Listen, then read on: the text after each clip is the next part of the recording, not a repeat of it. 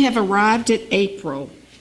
I'm not sure how, because a whole quarter of this new year has gone, and we come together at the beginning of April to another theme for the month for our contemplation. The theme for this month is heresy and doubt. Our hymn, Find a Stillness, invited us to quiet our lives and our mind so that what's hidden, often hidden in our hearts and minds, might emerge in quiet contemplation. Often in stillness, our deepest questions emerge that help us find the essence of our lives. As we begin our reflection on heresy and doubt, I think it's important for us to look at some of our Unitarian forebears whose lives reflected their inner search for truth.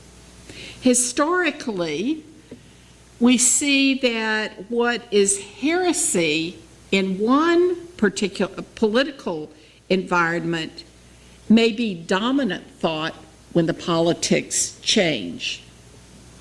That's not only a modern concept. Over the centuries, our sisters and brothers in our Transylvanian homeland, which is now part of Romania, learned the art of survival when their religious beliefs were first oppressed, then commonly held, and then once again an oppressed minority belief.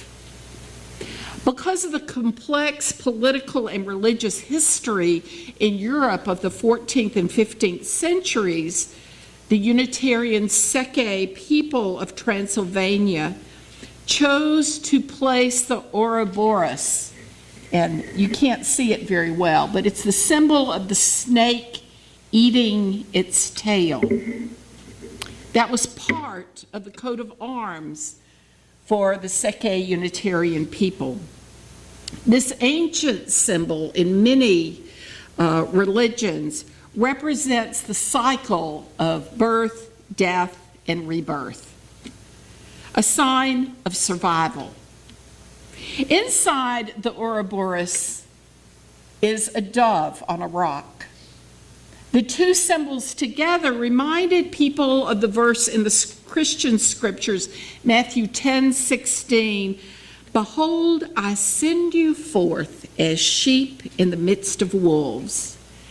Be ye therefore wise as serpents and harmless as doves." From that symbol, or perhaps because of that symbol, Unitarians learned to survive in tumultuous times. And they also developed a blessing that bore witness to their faith. So the words that the choir sang so beautifully, both in English and Hungarian, is a blessing that's almost always shared in Unitarian services and gatherings in Eastern Europe, particularly in Transylvania. So let me share those words again. Where there is faith, there is love. Where there is love, there is peace. Where there is peace, there is blessing. Where there is blessing, there is God. Where there is God, there is no need. These words emerged as a statement of faith, of courage, and of trust that the people were working and living for a greater good, even as they experienced repression and discrimination over the centuries. The responsive reading that we'll share in just a moment embodies a core Unitarian, first Unitarian and now Unitarian Universalist belief. And I believe these words need to be heard around the world today more than ever. They're words that build bridges rather than walls, that have the power to heal differences and nurture understanding. The reading, if we turn to 566, the words are from Francis David, spoken in 1568. And Francis David is one of our forebears we wish to remember today because he really inspired the birth of religious tolerance in the human family. In this world, there have always been many opinions about faith and salvation. We need not think alike to love alike. There must be knowledge in faith also. Sanctified reason is the lantern of faith. Religious reform can never be all at once, but gradually, step by step. If they offer something better, I will gladly learn. The most important spiritual function is conscience, the source of all spiritual joy and happiness. Conscience will not be quieted by anything less than truth and justice. We must accept God's truth in this lifetime. Salvation must be accomplished here on earth. God is indivisible. Ege az istin. God is one. So our theme of heresy and doubt for this month is near and dear to the heart of Unitarian Universalists. We thrive on having a space in which the free search for truth and meaning is a revered part of our historic tradition. This is a breath of fresh air for many of us who came out of religious traditions that didn't allow us to question. Yet when one looks at the earliest beginnings of Unitarian and Universalist thought, questioning was not anathema. Our threads of belief were two of many beliefs held in the earliest days after the life of Jesus. Many Jews who followed Jesus held a belief in the unity of God, the very beginnings of Unitarian thought. And other followers of the teachings of Jesus believed that a loving God would not condemn any souls to eternal damnation, hence the beginning of Universalism. It was only centuries later, actually the 4th century, that the Trinity even became Christian doctrine, and later still that the current concept of hell and original sin became dogma. In those early days of exploration about the nature of who Jesus was, the differing beliefs weren't doubts. They were just people's beliefs. It was only after an institution was formed around the person and the teachings of Jesus that freethinkers began to have trouble. What was heresy was determined by the victors of the battle over religious dogma. Our strands of belief were repressed, but because of their authenticity, Unitarian and Universalist beliefs would not die. In the 13th and 14th centuries, those beliefs began to reemerge in earnest. Jan Hus, a Roman Catholic priest, was burned at the stake in 1415 for preaching in the common language in Prague and serving wine at communion to his parishioners. In 1531, Michael Servetus, a physician from Spain, published the book on the errors of the Trinity, for which he too was burned at the stake. He claimed, as others did over the centuries, that the Trinity is not scripturally based. Though Servetus died for his beliefs, the concept of the unity of God continued to emerge as our forebears searched for truth and meaning. The free and responsible exploration to find beliefs that rang true in the heart and mind continued. Catherine Vogel was one of the people who held strongly to her beliefs. Vogel grew up in Poland during the Protestant Reformation. She stated publicly that she had come to believe in the unity of God and the humanity of Jesus. Imprisoned by religious authorities for 10 years, she would never recant her heresy, and in 1539, at the age of 80, was hauled into the public square and burned at the stake. Not something you think about your grandmother doing, but she was committed and firm in her belief. Her last words paraphrase Socrates: "Neither in this life nor the next can anything evil befall the soul of one who stands loyal to the truth as one is given to know it."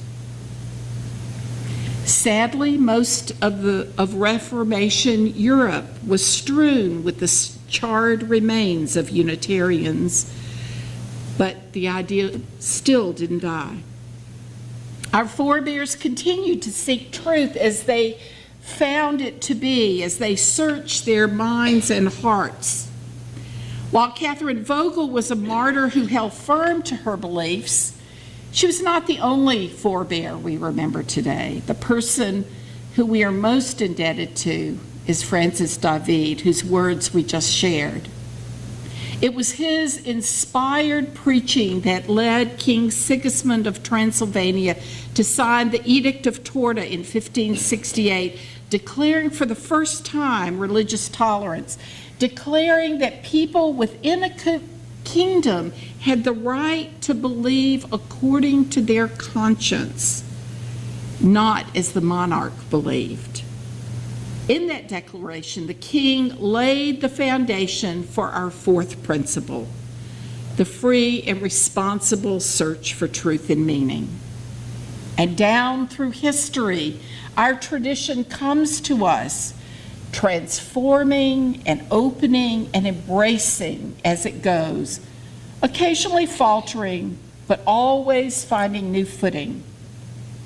What emerged from centuries of searching became our current commitment to our core principles, not creeds or dogma.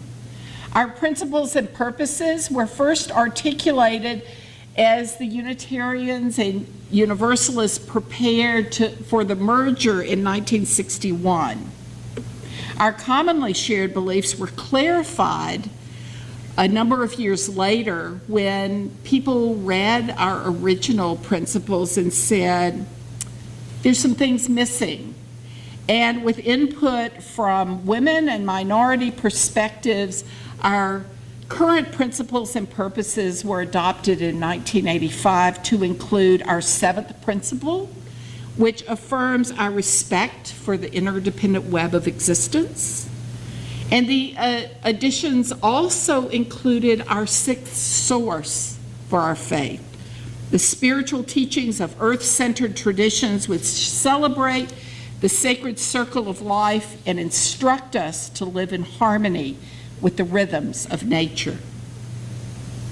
The evolution of our principles and sources is a testament to the lives of countless forebears whose inner journey to discover truth and meaning paved the way for our own journeys within this congregation and in the larger world.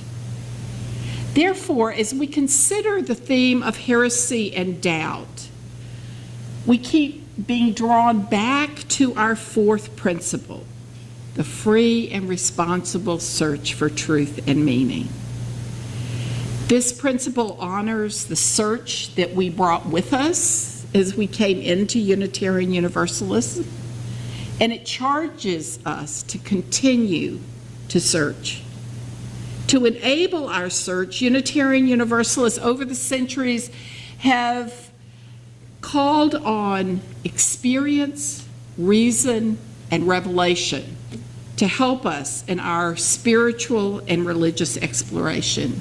In the early centuries, revelation was the primary aspect of the determination of belief. However, as the Reverend Kleber Van Zandt reminds us, then along came the Enlightenment, shoving past the God of revelation and raising up the God of reason. At this junction in our history, we still heavily leaned on our human ability to apply the rules of reason and to explore ideas intellectually.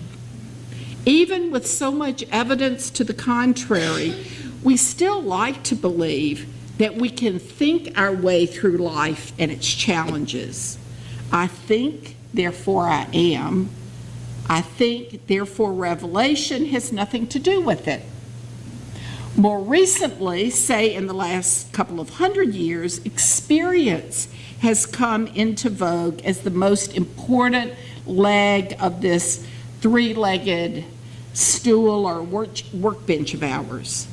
The rugged individualism that has pervaded the frontier in these American centuries has brought us to imagine that without the profundity of direct personal experience, reason and revelation take us nowhere we want to go and are part of an ongoing discussion that we have no entree into.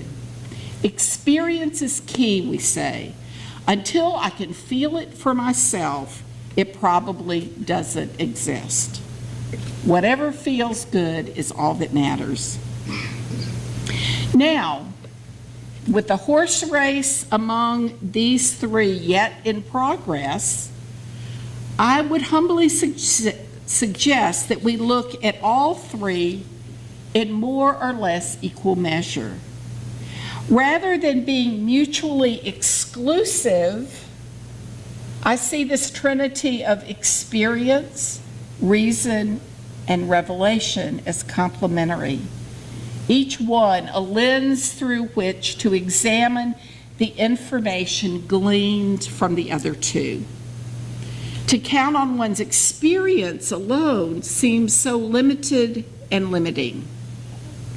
Why not at least ask others what they've experienced and see if you can learn from them without having to go through all that they've been through?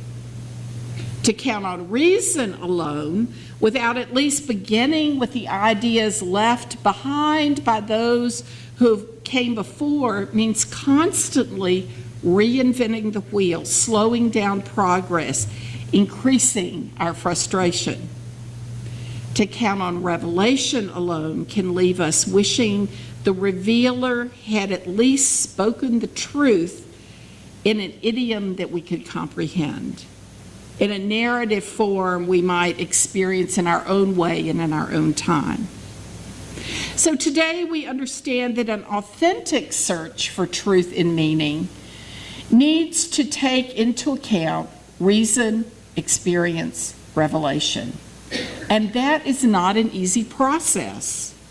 Our search for truth and meaning, that is our beliefs, shape how we live our lives and the attitude with which we engage in the world. So reason cannot be the only test of truth. Reason alone doesn't offer us a full understanding of life or truth. We need to approach a religious and spiritual search for truth and meaning as integrated beings. That means, as Van Zandt wrote, we need to look at what our experience tells us about the world.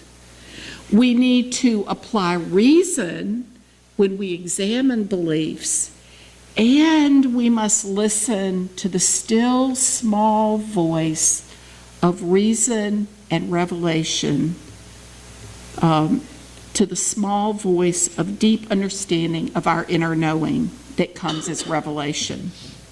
Experience, reason, and revelation together offer us a foundation to integrate our understandings of truth and meaning into how we live our lives.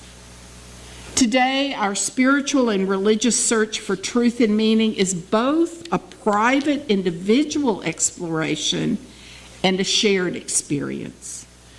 As we daily hear words and opinions spouted without concern for their implications, we are keenly aware of how we all need to consider the responsibility that accompanies our words and actions.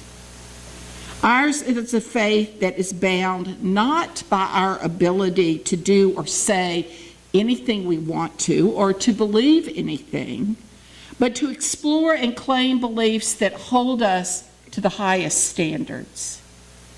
Our free search is not cheap. Responsible implies that our conscience is engaged and we are acting in a trustworthy manner. A free and responsible search for truth and meaning is not without some cost and not without some limits. Our search for meaning calls us to act and speak responsibly for the larger good. It is in a spirit of freedom and responsibility that we come to understand, as did our forebears, that our faith can and needs to be a blessing in our lives. Where there is faith, there is love. Where there is love, there is peace. Where there is peace, there is blessing.